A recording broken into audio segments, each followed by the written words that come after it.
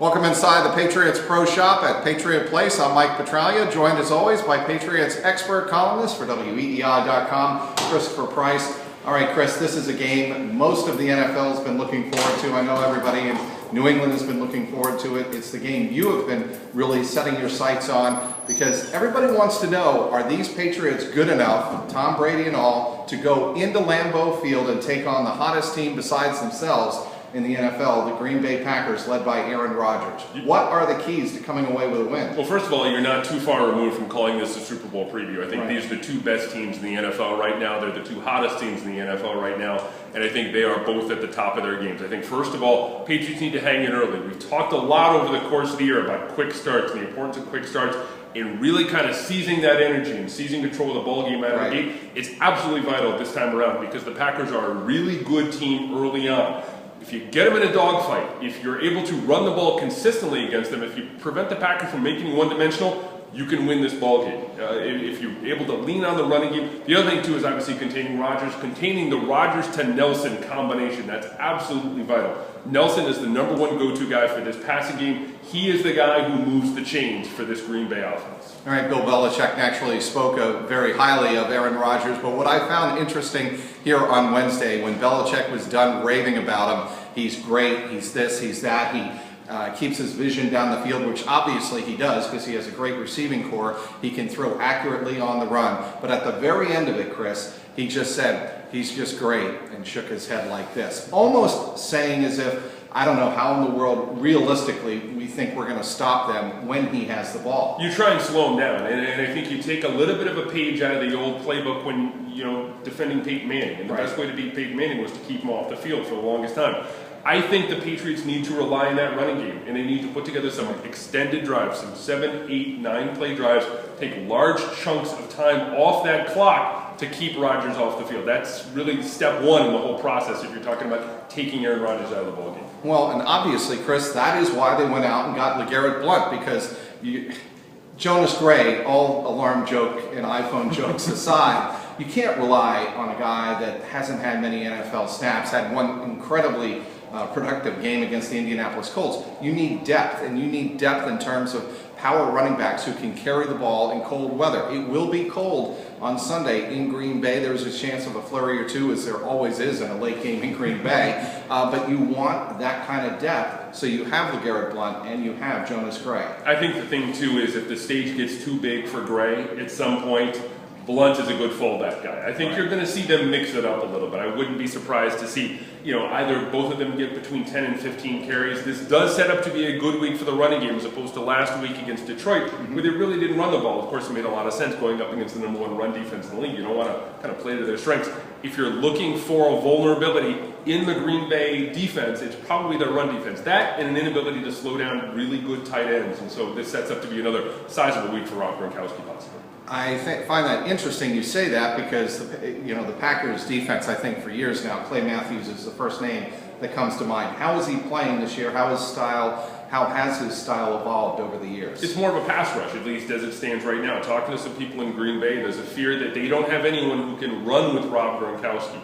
Of course, that's the fear of a lot of people around the league, but at the same time, this week, Green Bay doesn't have that counterpoint to Rob Gronkowski. They don't have that linebacker they can use in coverage, a big safety they can use in coverage. So again, this sets up to be one of those weeks where it could be Rob Gronkowski 7, 8, 9 catches, 90, 100 yards. All right, let's talk about the other side of the ball and the weapons not named Aaron Rodgers. I think, I asked Bill Belichick about this today. Running back Eddie Lacy is coming off a fantastic game. He had been averaging, I think it was 12 carries a game, and then it spiked up to 25 last week in that win, the road win over the Minnesota Vikings. What Belichick told me in that press conference was they are a very hard group to bring to the ground, led by Eddie Lacy. Lacy's a big dude. He is. He's like Garrett Blount-esque, if you want a comparable body type.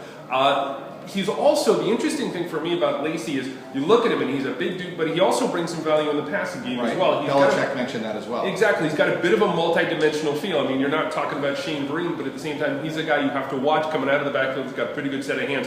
The other thing, too, and it's important to remember when we're talking about Green Bay and the offense and their ability to move the ball on the ground, it's not just Lacy, but Rodgers can also beat you with his feet. He's one of the more mobile quarterbacks they're going to face this year. The other interesting nugget I think about this game, Aaron Rodgers has been on the Green Bay roster the 2 previous times the Patriots have played the Packers, but in 2006, he of course was still behind Brett Favre and did not see any action in that 35-0 Patriots victory up in Lambeau. And then 4 years ago, that was the game that Matt Flynn, I think for all intents and purposes, really earned his big contract with the Seattle Seahawks, nearly bringing the Packers to a victory here at Gillette Stadium in prime time. So this will be the first time the Patriots in a regular season game have faced Aaron Rodgers. That also leads me into an excellent point. Remember that game here in 2010 where Matt Flynn came in and almost was able to knock off the Patriots in that one? They got a great kick return from who? Dan Conley in that one. Oh, that's right. I think special teams is going to play a sizable role in this one, whether it's a Patriots' ability to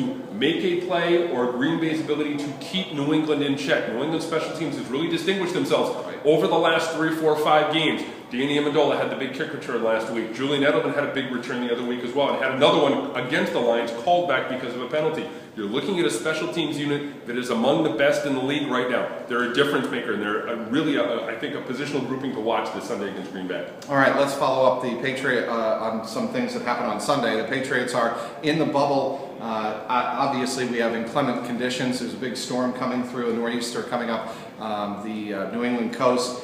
Patriots are indoors. We want to follow up on a couple of injuries that we obviously saw the other day against the Lions in the Patriots' victory. Dan Connolly came off the field limping a little bit, and also Danny Aiken, the center, who was hit by C.J. Mosley on that field goal. And it's interesting that the Patriots signed a long snapper to their practice squad today, Charlie Hewlett, who was here over the spring and summer before he was cut, I believe, right before the start of the season. So there are some moving parts there. Not only Conley came off, but Cameron Fleming is also a question mark going into this game. I think one of the things that allowed the Patriots to be as successful as they were when it came to running the ball against Indianapolis was the use of the 6-man offensive line. Fleming was in there as the extra offensive lineman, working as the tackle eligible. It really played a sizable role in creating that physical attitude, that edge, in an ability to kind of push things back. If he can't go this week, if Conley can't go this week, you're going to have to see some guys, whether it's Jordan Devey, Marcus Cannon, whoever, step up and assume more of a role in the game plan. And it's going to be interesting to see who it is. First of all, if they're going to be able to go. Second of all, it's going to be able to see who it is and if they're going to be able to step up and fill those shoes.